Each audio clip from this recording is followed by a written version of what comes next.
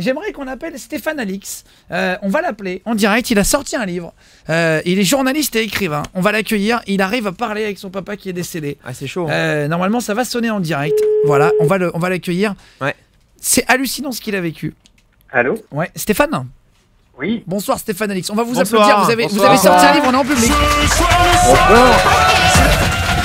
Alors, vous êtes journaliste, reporter de guerre en Afghanistan, etc. Vous avez vécu plein de trucs. Et vous avez sorti un livre. Alors, bon, là, vu qu'on fait une spéciale paranormale, on se permet de vous appeler. Est-ce que vous voulez bien, dans un instant, nous raconter ce que vous avez vécu avec votre papa? Avec grand plaisir. Eh ben, c'est super gentil.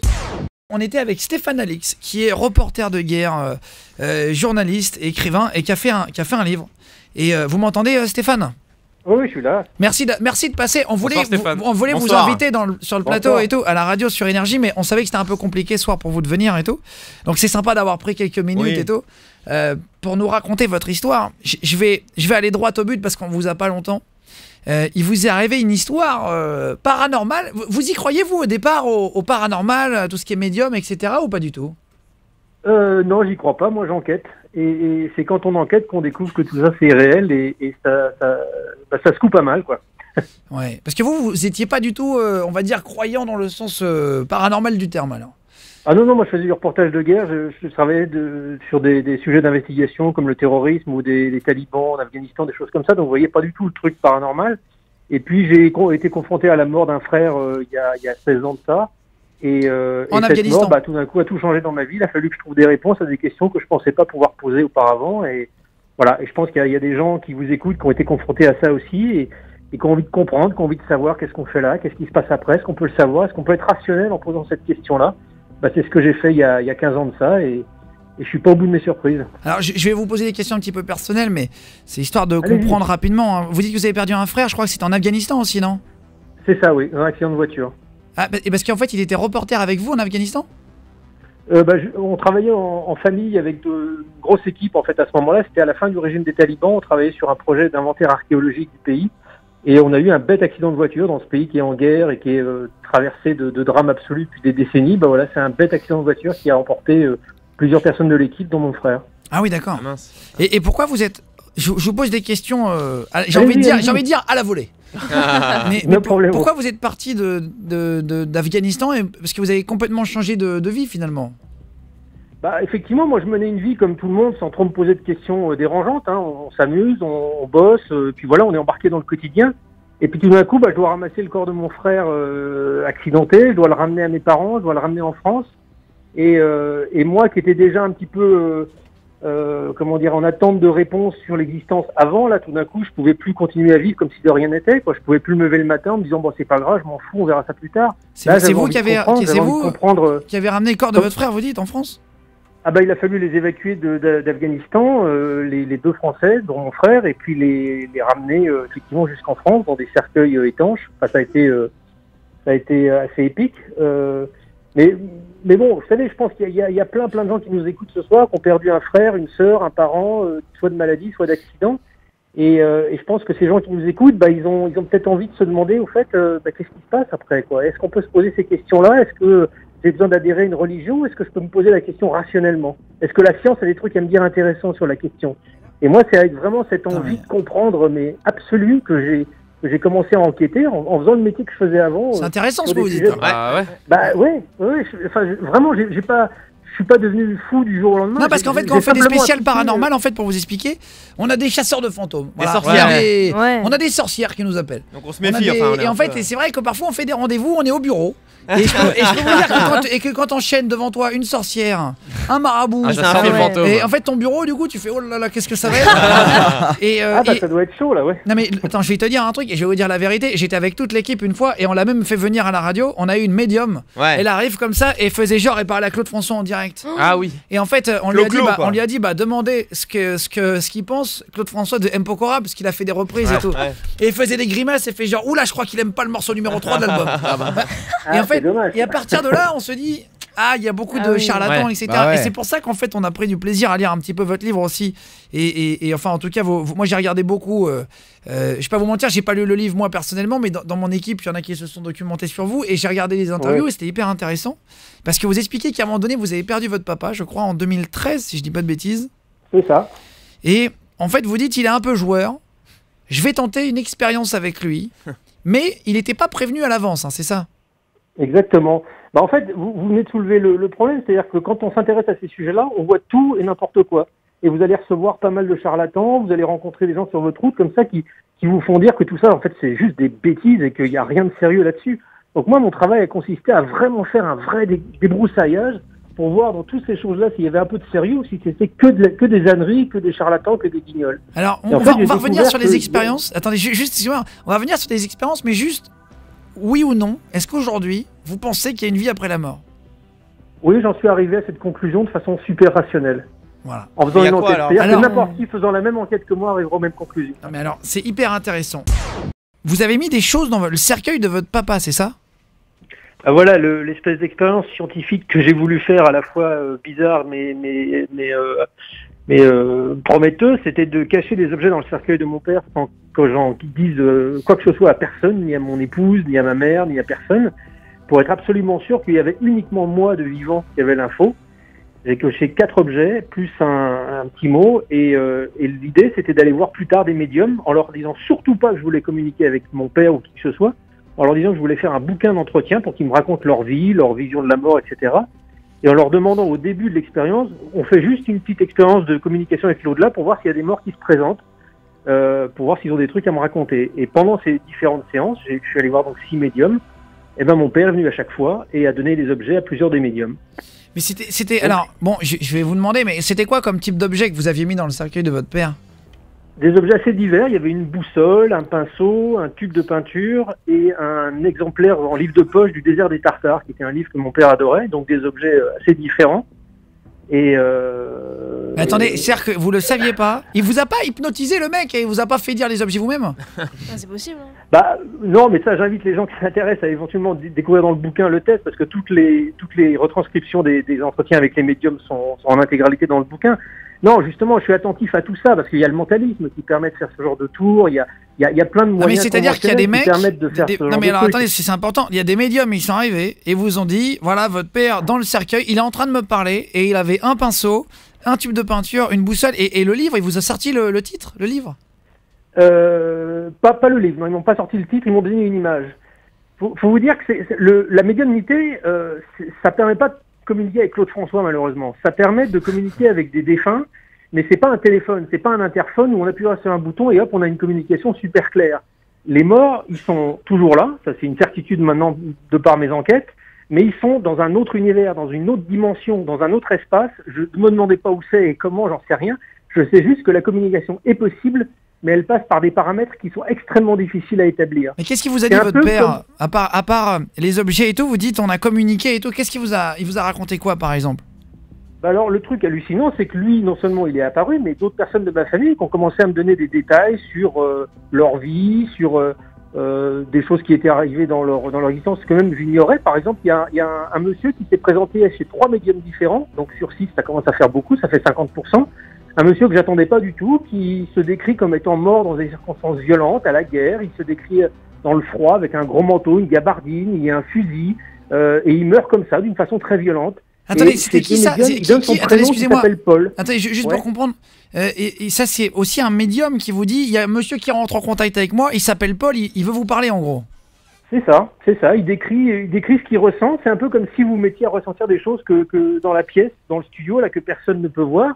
Et vous dites, tiens, je vois apparaître un bonhomme, il me décrit comme ça, j'ai l'impression de le percevoir sur un terrain de guerre il y a très longtemps. Et il se trouve que dans ma famille, un oncle de mon père est mort en 1915 à la guerre, et qui s'appelait Paul, et ce Paul s'est manifesté au bout de 3 médiums, donc je pensais pas à lui, j'ignorais même toutes les circonstances de son décès, et voilà qu'il se présente.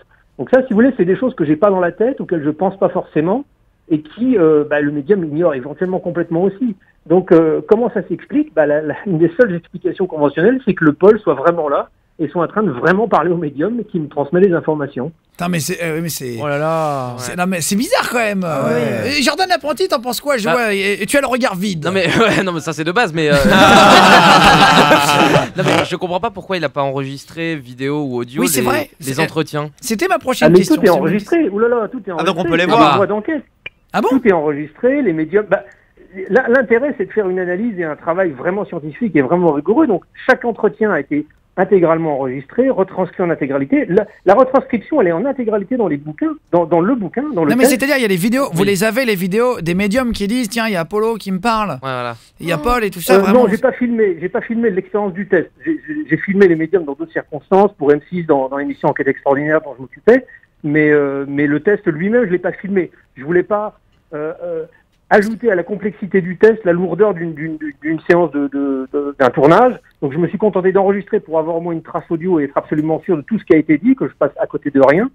Mais on n'a pas filmé les expériences. J'étais tout seul avec le médium pour éviter justement qu'il y ait trop de lourdeur dans l'enquête. Alors il y a des messages par rapport à vous. Il y a Teddy du 12 qui dit, j'ai lu son livre. C'est super, mais comment ça savoir si c'est vrai ou pas encore un charlatan? C'est vrai, Teddy, t'as raison de te poser la question. Bah ouais. Pour Stéphane, y a-t-il un monde parallèle pour les morts? Oui, c'est ce qu'il disait justement. Ouais. Dylan, salut. Dylan et Marine du 95, salut les poulets. Apparemment, salut. Moi j'ai perdu mon filleul, j'aimerais trop pouvoir communiquer avec lui. Salut Chris du 65, salut Chris. Comment on fait Moi je crois à ces choses comme Stéphane, moi aussi, avec les objets. Une amie proche de ma mère voit les personnes décédées. Parfois ils sont derrière nous et ils ne parlent pas pendant que nous mangeons. Elle nous a déjà décrit des gens qu'elle ne connaissait pas. Elle a même décrit mon père que j'ai perdu à 2 ans. Elle m'a donné plein de choses sur sa vie que seule ma mère connaît. Alors attendez, il y a un truc, ouais, Stéphane. Il y a un chiffre moi qui m'a vraiment impressionné quand on enquête un peu plus sérieusement et qu'on essaie de faire des études statistiques sur ce type d'expérience. Imaginez-vous que chaque année en France, il y a 600 000 personnes qui meurent. Donc il y a 600 000 familles qui sont concernées.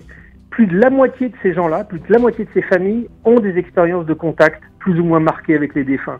Ça peut être des choses très subtiles comme des papillons, des signes qui vont dire strictement rien à l'entourage mais qui vont être très forts pour la personne qui a perdu son proche. Mais ça peut être des expériences beaucoup plus fortes où vous voyez le défunt apparaître, où vous sentez des caresses sur votre visage, vous avez l'impression qu'il se couche à côté de vous dans le lit. Il s'est retrouvé couché dans un lit avec un fantôme. Oh là là. Il m'a dit l'autre jour, il m'a dit ça fait super mal un fantôme. Qu'est-ce qui t'est arrivé? Il m'a dit bah je sais pas, j'étais à 4 mètres et il y a un fantôme qui est arrivé. C'était sérieux là. Et là il m'a dit vraiment, je vais demander à Stéphane Alix si ça peut vraiment me faire des hémorroïdes un fantôme. Non mais n'écoutez pas Stéphane. Non, je ne sais pas si ça peut faire ça, mais en revanche il y a quelque chose qui est intéressant par rapport au thème de l'émission, c'est que c'est vrai, on a toujours tendance à traiter le paranormal d'une façon un peu effrayante. Halloween, c'est flippant, etc. Or, il y a quand même quelque chose qui est vraiment frappant dans ces expériences, c'est que l'immense majorité des gens qui vivent ces expériences-là n'ont pas peur. C'est pas menaçant, c'est pas un monde effrayant. Ce monde des défunts, c'est pas un monde de fantômes qui fait flipper ceux qui les voient. Au contraire, c'est réconfortant, c'est réassurant. Il y a vraiment comme une espèce de lien d'amour et les liens qu'on peut avoir du vivant qui se poursuivent de l'autre côté.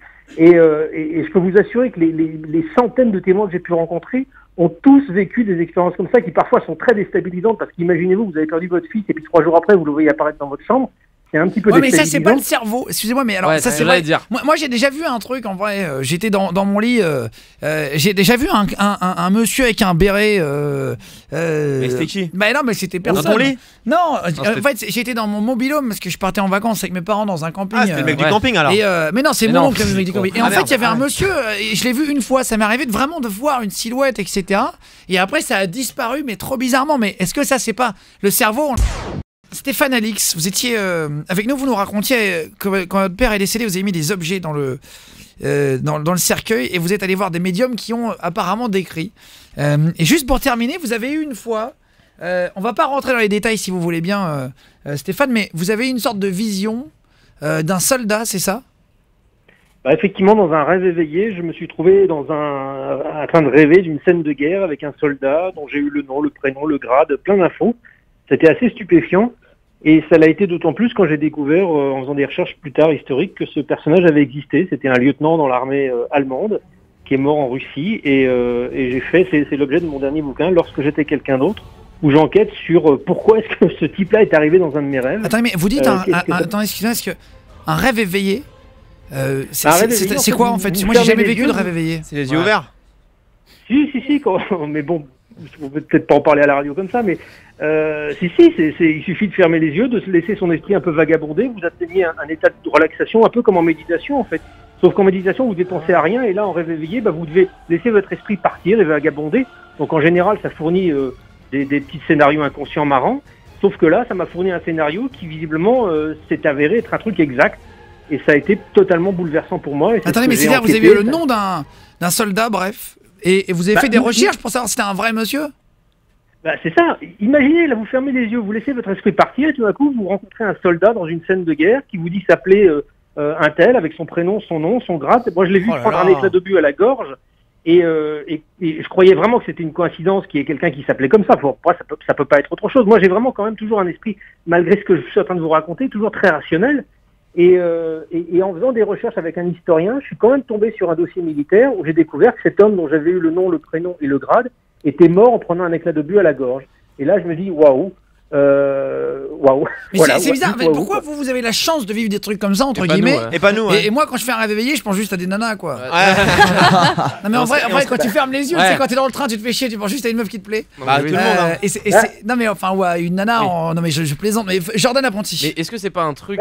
Quand est-ce que vous vous rendez disponible pour vivre de telles expériences dans l'existence? On passe notre vie complètement occupée en permanence, et moi le premier. Internet, on bosse, on écrit, enfin, on n'est jamais disponible pour ces instants de rencontre. Moi, franchement, je suis dispo tous les samedis et dimanches. Entre 16h et 17h. Non, mais en vrai, hein, c'est-à-dire que si un jour quelqu'un me dit, viens, je t'emmène vivre une expérience un peu comme ça, et on part ensemble et tout, mais moi, je viens direct. Juste Jordan Apprenti, tu veux dire un truc? Est-ce que c'est pas un truc qu'il a vu inconsciemment? Genre, tu t'endors devant la télé, t'entends un reportage qui tourne, et t'entends le nom de ce gars et tout, et que ton cerveau te ressort à un moment. Il mémorise, voilà. tu veux dire. Et il ressort. Est-ce que ça, c'est possible? C'est pas de l'inconscient. Si, tout à fait. Bah, c'est l'explication la plus rationnelle que je me suis posée au début. Ça aurait été un personnage célèbre de la Seconde Guerre mondiale, bien évidemment, j'aurais jamais pu écarter ce doute-là. Le problème, c'est que le type, c'est un lambda complet, c'est pas un type connu, c'est un pauvre lieutenant dans l'armée allemande, donc il n'était pas... Et pourquoi il vous aurait parlé, vous? Pourquoi celui-là, alors, par exemple? Vous en pensez quoi? Bah, parce que c'est ce que j'explique dans le bouquin, c'est qu'à force de faire des recherches et à faire des parallèles, à passer plus d'1 an sur le terrain, j'ai découvert que c'était peut-être ma vie d'avant. Ah, vous pensez que... une vie antérieure. Une réincarnation. Après, s'il y a une vie après, il y avait une vie avant. Donc ça veut dire que nous, on est quelqu'un avant. Bah ouais, mais 2 fois. Mais de quoi? Bah c'est bizarre quand même. De quoi, Aude? Alors explique un petit peu. Bah non, mais je sais pas, avoir 2 vies. Une avant, une après en fait. C'est comme dans les jeux vidéo. Bah oui, mais d'accord. On a 3 cœurs. Mais par exemple, on est comme les chats en fait. Je me dis pas que j'ai une vie. Oui, mais c'est pour ça qu'on est en train d'en parler. Oui, non, mais d'accord, mais bon. C'est possible en vrai. Mais il y a des gens qui y croient, d'autres qui n'y croient pas, c'est le but du jeu. Ouais, mais toutes les traditions spirituelles qui parlent de réincarnation disent pas que vous en avez juste une seule. Ils parlent d'un nombre infini de vies qu'on a dans les siècles qui précèdent et puis qui vont suivre aussi. Et on passe de l'une à l'autre comme ça, sans forcément en avoir conscience. Les souvenirs qui remontent, et ça, dans les études de psychiatres qui ont travaillé sur ces mémoires de vie antérieure, les souvenirs qui remontent, c'est souvent les souvenirs traumatiques. C'est comme si, en ayant vécu quelque chose de très traumatisant dans les vies précédentes, c'était une mémoire qui se réimprimait dans les vies actuelles. Et moi, les souvenirs et les choses que j'ai obtenues de ce soldat allemand, c'est uniquement des choses très traumatisantes, qu'en faisant cette enquête, d'une certaine manière, j'ai guéri. Mais moi, j'aimerais bien savoir qui j'étais. Je paierais, moi. J'ai un stagiaire, ça devait être une grosse cata. Non, c'est sûr. Une vieille prostituée dégueulasse. Pourquoi? Bah non. Pendant la Révolution française. Ça se trouve, j'étais un mec bien, genre Robespierre.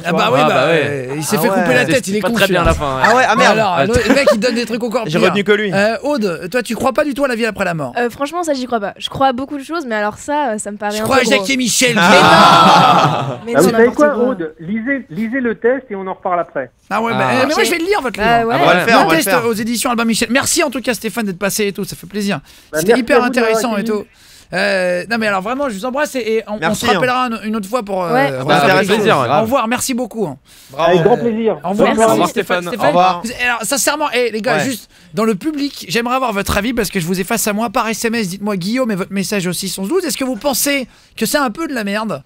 Un peu bullshit. Est-ce que vous pensez que c'était un peu de la connerie ou est-ce que vous pensez qu'il a l'air sincère et que ça a l'air vrai? Est-ce que vous pensez que ça a l'air vrai dans le public? Vous levez la main ceux qui pensent que ça a l'air vrai. Ah bah tout le monde. Ouais, bien. Non, et ceux qui pensent que ce n'est pas vrai. On va dire que c'est 70-30. Allez, je vais dire 70-30.